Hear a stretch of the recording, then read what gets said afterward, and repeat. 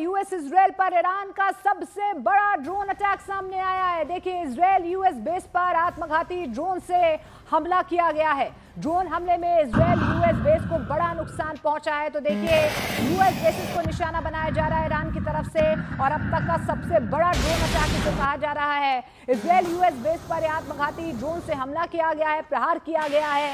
मुंहतोड़ जवाब यहां पर ईरान की तरफ से इजराइल और यूएस को दिया जा रहा है। यूएस बेसिस को निशाना बनाया जा रहा है और ड्रोन हमले में इजराइल यूएस बेस को बहुत बड़े नुकसान का दावा किया जा रहा है।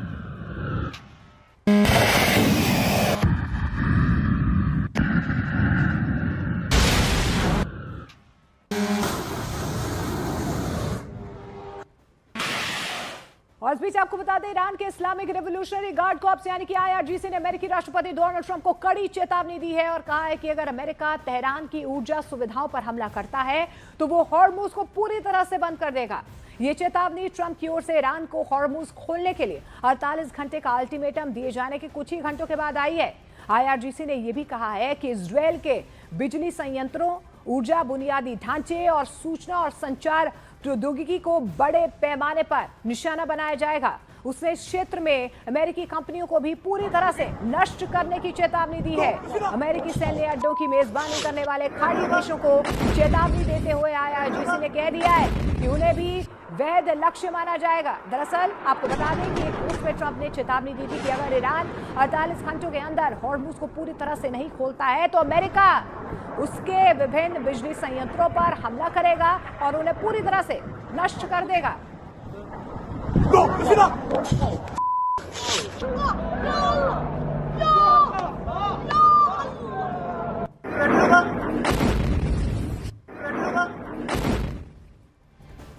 और देखिए, यहां पर इस बीच डोनाल्ड ट्रंप की तरफ से नेटो देशों को फटकार लगाई गई है। एक बार फिर से फटकार लगाते हुए ट्रंप यहां पर नजर आ रहे हैं। युद्ध में नेटो देश कुछ नहीं कर रहे हैं। नेटो देशों का रवैया बेहद शर्मनाक है। ये डोनाल्ड ट्रंप की तरफ से बयान सामने आया है। तो एक के बाद एक बार बार जो है नेटो देशों के समर्थन की मांग यहां पर डोनाल्ड ट्रंप की तरफ से की जा रही है, क्योंकि जिस तरीके से स्ट्रेट ऑफ हॉर्मुज में इस वक्त संवेदनशील गतिविधियां बनी हुई है, उसको लेकर एक बार फिर से नेटो देशों को फटकार लगाई है डोनाल्ड ट्रंप ने। और इस बीच आपको बता दें कि न्यूज 18 इंडिया की टीम उन सभी जगहों पर पहुंची है जहां पर बैलिस्टिक मिसाइलों ने भयंकर तबाही मचाई है। यही वो जगह है जहां पर मिसाइल फटी है। 150 से ज्यादा लोग घायल बताए जा रहे हैं। चारों तरफ इमारतें मलबे में तब्दील हो चुकी हैं। पूरा इलाका बर्बाद हो चुका है।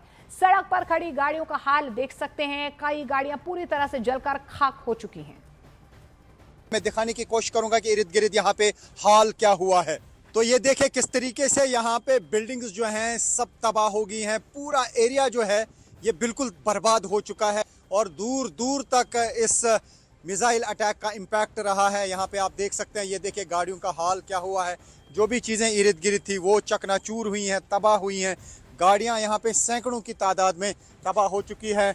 150 से ज़्यादा लोग घायल हो चुके हैं और जो कुछ भी यहाँ पे इर्द गिर्द था वो तबाह हो चुका है। ये देखिए क्या हाल हुआ है। ईरान की तरफ से दागे गए बैलिस्टिक मिसाइल की वजह से लगातार जो है ईरान की तरफ से बैलिस्टिक मिसाइल्स का इस्तेमाल किया जा रहा है, जिसकी वजह से यहाँ काफ़ी जगहों पे तबाही हुई है। और ये घरों का हाल देखिए, जो भी इर्द गिर्द दूर दूर तक यहाँ पे घर है। ये जो आप पूरा एरिया देख रहे हैं, इस पूरे एरिया में जहाँ पे भी आप नज़र दौड़ाएंगे वहाँ पे आप देखेंगे कि घर टूटे हुए हैं।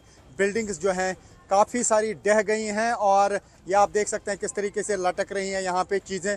और दूर दूर तक जहाँ पे भी हम देख पा रहे हैं वहाँ पर तबाही हुई है, क्योंकि जिस तरीके से ईरान की तरफ से एक के बाद एक 2 मिसाइल लॉन्च किए गए, उनको इंटरसेप्ट नहीं कर पाया यहाँ का air defence system. Air defence system उन मिसाइल्स के सामने बिल्कुल फेल हो गया, क्योंकि जिस तरीके से ईरान की तरफ से एक के बाद एक मिसाइल अटैक किए जा रहे हैं, उससे चिंता यहाँ इसराइल की ज़रूर बढ़ गई है। यही वो जगह है जहाँ पे ख़ुद प्राइम मिनिस्टर बेंजामिन नेतन्याहू आए थे और यहाँ पे हालात का जायज़ा ले रहे थे। तो उससे आप अंदाज़ा लगा सकते हैं कि इस एरिया में किस तरीके की तबाही हुई है।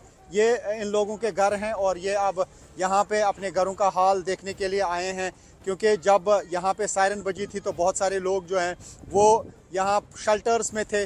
अगर वो बॉम्ब शेल्टर्स में नहीं होते तो न जाने कितने लोगों की यहाँ पे मौत होती, लेकिन उसके बावजूद भी यहाँ पे 150 से ज़्यादा लोग जो हैं वो घायल हो गए हैं। तो ये हालात आप देख सकते हैं उस जगह के जहाँ पर मिसाइल गिरा है और ईरान की तरफ से लगातार इस इलाके को टारगेट किया दो साइड से, क्योंकि डमोना का जो एरिया है वहाँ पर न्यूक्लियर साइट्स भी हैं। हो सकता है कि न्यूक्लियर साइट्स को ही निशाना बनाने की कोशिश की गई हो दोनों साइड से, क्योंकि जो ये अर्थ का एरिया है एक साइड से है और दूसरा साइड जो है वो डमोना है। दोनों एरियाज़ में यहाँ पे टारगेट किया गया मिसाइल से। हो सकता है कि असल टारगेट यहाँ के न्यूक्लियर साइट्स रही हों, क्योंकि डमोना एरिया में ही न्यूक्लियर साइट्स हैं, यहाँ पर ही न्यूक्लियर रिएक्टर्स हैं। लेकिन दो जगह पे जहाँ पे ये मिसाइल गिरे दोनों जगहों पे तबाही हुई। तो उधर आपको बता दें, ट्रंप की धमकी पर ईरानी संसद के स्पीकर गालिब बफ का बयान भी सामने आया है। देखिए, उनकी तरफ से कहा गया है कि अगर ट्रंप ने हमारी एनर्जी इंफ्रास्ट्रक्चर को छुआ तो पूरे क्षेत्र की इकोनॉमी यानी कि तेल सप्लाई को तबाह कर दिया जाएगा। उन्होंने ये भी कहा है कि तेल के दाम लंबे समय तक ऊंचे ही रहेंगे।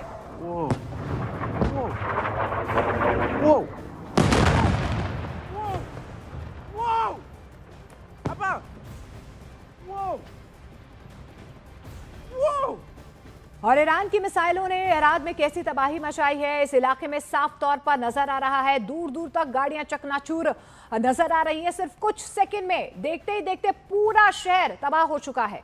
हर तरफ बर्बादी नजर आ रही है। बसों की हालत देख कर हर कोई अंदाजा लगा सकता है कि किस तरीके से ग्राउंड जीरो पर इस वक्त हाहाकार मचा हुआ है।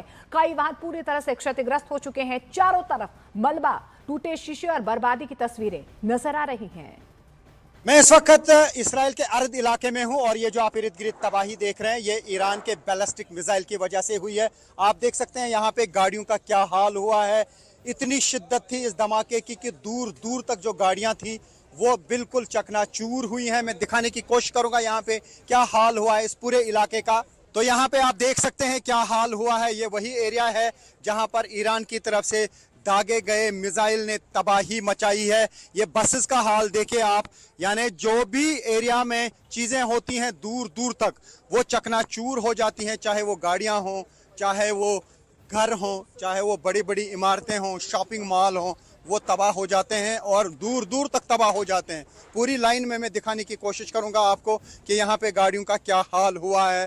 तो उससे आप अंदाज़ा लगा सकते हैं कि यहाँ पे जब मिसाइल फटता है, मिसाइल गिरता है तो उसकी वजह से क्या तबाही हो जाती है, कितना पावरफुल होता है बैलिस्टिक मिसाइल। बड़ी बड़ी गाड़ियां जो हैं यहाँ पे चकनाचूर हुई हैं और इर्द गिर्द का एरिया में दिखाने की कोशिश करूँगा। ये देखें, जहाँ पर भी आप नज़र दौड़ाएंगे खिड़कियाँ, दरवाजे, घर का अंदर का सामान तक बाहर आया है। इतनी शिद्दत इन धमाकों की रही है। हालांकि ये थोड़ा सा दूरी पर है, यानी जहाँ असल में मिसाइल फटा है उसकी दूरी पर भी आप देखिए किस तरीके का असर रहता है। तो यहाँ पे लगातार बर्बादी हो रही है ईरान की तरफ से दागे गए मिसाइल्स की वजह से। तो ये आप देख सकते हैं। मैं कोशिश करूँगा यहाँ पे आपको दिखाने की कि यहाँ पे बड़ी बड़ी गाड़ियों का क्या हाल हुआ है। ये हुआ है ईरान की तरफ से दागे गए मिसाइल्स की वजह से। और न्यूज़ 18 इंडिया की टीम है रियल ग्राउंड ज़ीरो पर, उस जगह पर जहाँ पर ईरान की तरफ से दागे गए मिसाइल ने भयंकर तबाही मचाई है। Rifat Abdullah, news 18 India, Israel. तो ईरान की तरफ से लगातार प्रहार किया जा रहा है, लेकिन इस बीच ईरान की तरफ से बहुत बड़ा दावा किया गया है। ईरान का F-15 फाइटर जेट मार गिराने का दावा किया गया है। हॉर्मूज के पास ईरान ने मार गिराया है F-15 जेट। ये ईरानी मीडिया के हवाले से बहुत बड़ी खबर सामने आ रही है। देखिए, बाकायदा वीडियो जारी किया गया है ईरानी मीडिया की तरफ से। ये बहुत बड़ा दावा किया जा रहा है कि ईरान ने F-15 फाइटर जेट मार गिराया है। हॉर्मूज के पास ईरान ने F-15 फाइटर जेट मार गिराया है। और इधर ईरान के F-15 मार गिराने के दावे को अमेरिका ने सफेद झूठ करार दिया है। अमेरिकी सेंट्रल कमांड ने कह दिया है कि ऑपरेशन एपिक फ्यूरी में 8000 उड़ानें भरी गई थी और हमारा एक भी फाइटर जेट ढेर नहीं हुआ है। तो अमेरिका की तरफ से साफ तौर पर ईरान जो दावे कर रहा है उसे झूठा करार दिया गया है। अमेरिका की तरफ से साफ तौर पर कह दिया गया है कि एपिक फ्यूरी के वक्त 8000 उड़ानें भरी गई थी और हमारा एक भी फाइटर जेट ढेर नहीं हुआ है।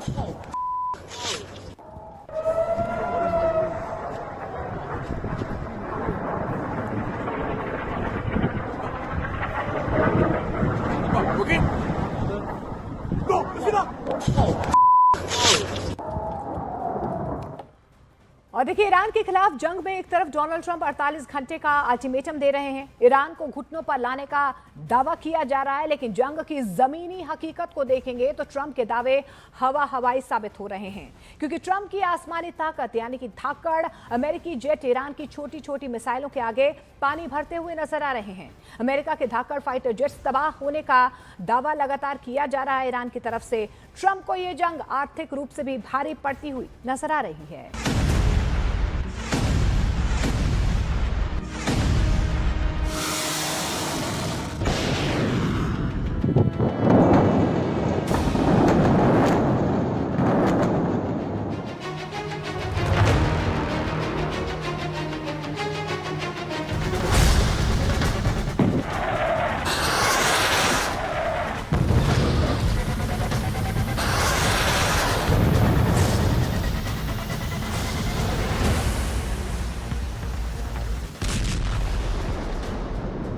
अमेरिका और इजरायल के खिलाफ ईरान का पलटवार लगातार जारी है।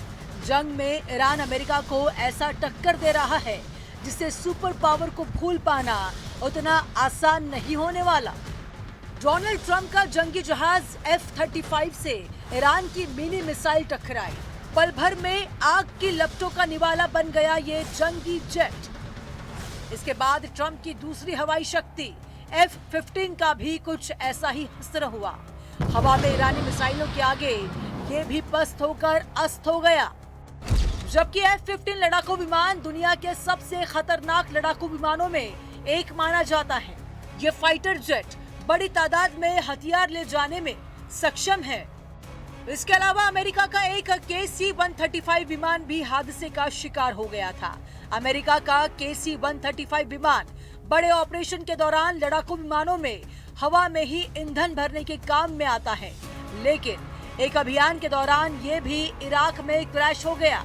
इसमें कुछ सैनिकों की मौत भी हो गई थी। यानी जिसे ट्रंप हवाई ताकत बता रहे थे, वो आज ईरान की मिसाइलों के सामने खिलौना साबित हो रही है। ईरान की रिवोल्यूशनरी गार्ड्स यानी कि IRGC ने दावा किया है कि उन्होंने मध्य ईरान के आसमान में F-16 को मार गिराया है। इससे पहले अमेरिका का वो F-35 जिसे दुनिया अदृश्य कहती थी, वो भी ईरान की मार से घायल होकर बेस पर रेंगने को मजबूर हो गया। पेंटागन के गलियारों में सन्नाटा है, क्योंकि अब तक 12 ripper drones, 4 F-15 fighter jet, एक F-35 और एक बड़ा KC-135 रिफ्यूलिंग टैंकर आसमान से आग का गोला बनकर गिर चुका है। इसके साथ ही थार्ड और पेट्रियट डिफेंस सिस्टम के भी तबाह होने का दावा किया गया। ईरान ने अमेरिका के 5 से ज्यादा हेलीकॉप्टरों के भी तबाह होने का दावा किया है। अमेरिका के सामने स्थिति विकट हो गई है, क्योंकि उसके बड़े बड़े ब्रह्मास्त्र ईरान के छोटे छोटे मिसाइलों के आगे ध्वस्त होते दिख रहे हैं। पेट्रियट और थार्ड जैसे हजारों करोड़ के एयर डिफेंस सिस्टम सस्ते ड्रोन के आगे ढेर होते दिखे। यानी इस जंग में अमेरिका के अरबों रुपए पानी की तरह बह रहे हैं। एक रिपोर्ट के मुताबिक अमेरिका के फाइटर जेट के तबाह होने से ही उसे 4000 करोड़ रुपए से ज्यादा का नुकसान हुआ है। रिपोर्ट की माने तो युद्ध के शुरुआती 20-22 दिनों में अमेरिका का खर्च $30 अरब, लगभग 2.5 लाख करोड़ रुपए के पार निकल गया है। जंग में ड्रोन जल्दी रिप्लेस हो जाते हैं, लेकिन फाइटर जेट को रिप्लेस करना उतना आसान नहीं होता। उनके पायलटों की ट्रेनिंग में सालों लग जाते हैं। यानी अमेरिका को कई मोर्चों पर नुकसान झेलना पड़ रहा है। उधर कच्चे तेल की कीमतें बढ़ने से अमेरिका में पेट्रोल के दाम भी बढ़ गए हैं, जिससे ट्रंप को उनकी अपनी जनता की नाराजगी भी झेलनी पड़ रही है। ऊपर से हॉर्मुज़ स्ट्रेट में ईरान की पाबंदी ट्रंप के गले की फांस बन चुकी है। इस जंग में ईरान को बहुत नुकसान हुआ है, लेकिन ईरान ने अमेरिका को चोट देने में कोई कोर कसर नहीं छोड़ी है।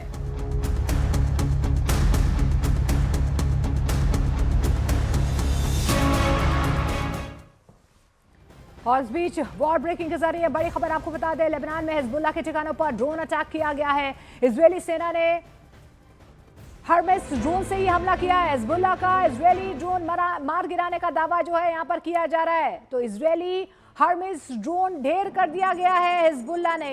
ये बहुत बड़ा दावा किया है।